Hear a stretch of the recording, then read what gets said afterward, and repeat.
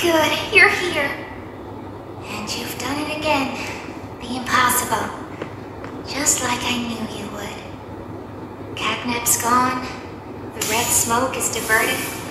Everything is falling into place, thanks to you. But if we're to keep going with them, then you deserve to have the truth. You came back because of your co-workers. You want to know what happened. Why? This is your answer. The dial could be loose on the movement, as if the dial feed had broken off or didn't exist or something. But that's not the case here, so that's good news. And now we can put both the dial and the hands into special little boxes. You know, there's quite a bit of time from when you disassemble this, from when I disassemble the watch to researching the parts that I need, and then getting back to actually putting the bags together. So I like to use these little boxes just to pack those parts.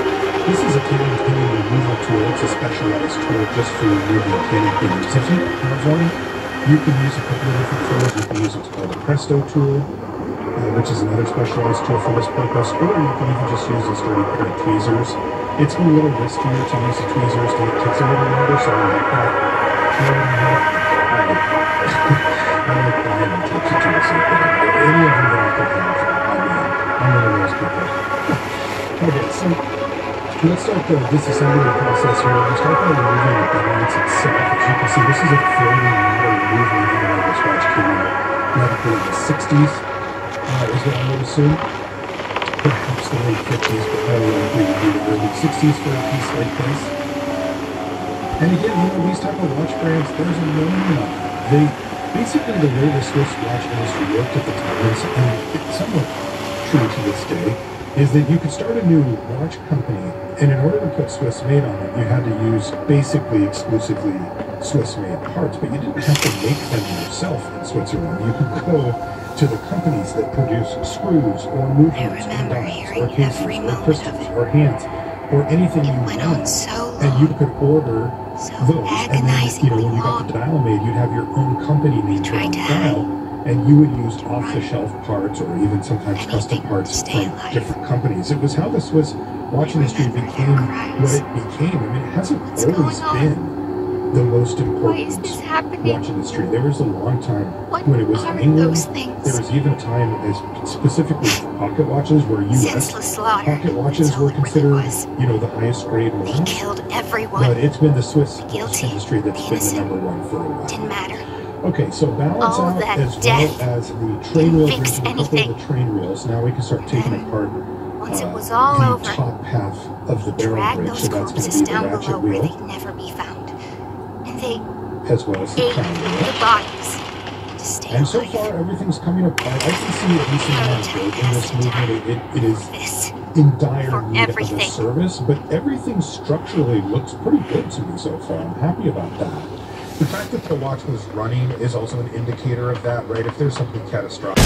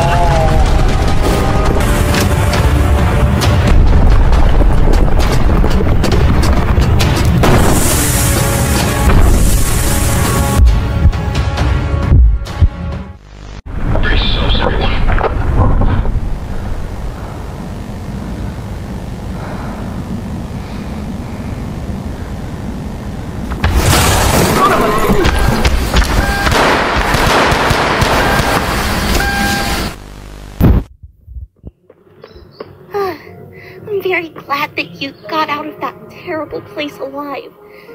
Mountains of bones. Oh, God. But it wasn't so sweet for me. Kissy was captured, and perhaps right now these little creatures are crawling under her skin. Poor thing.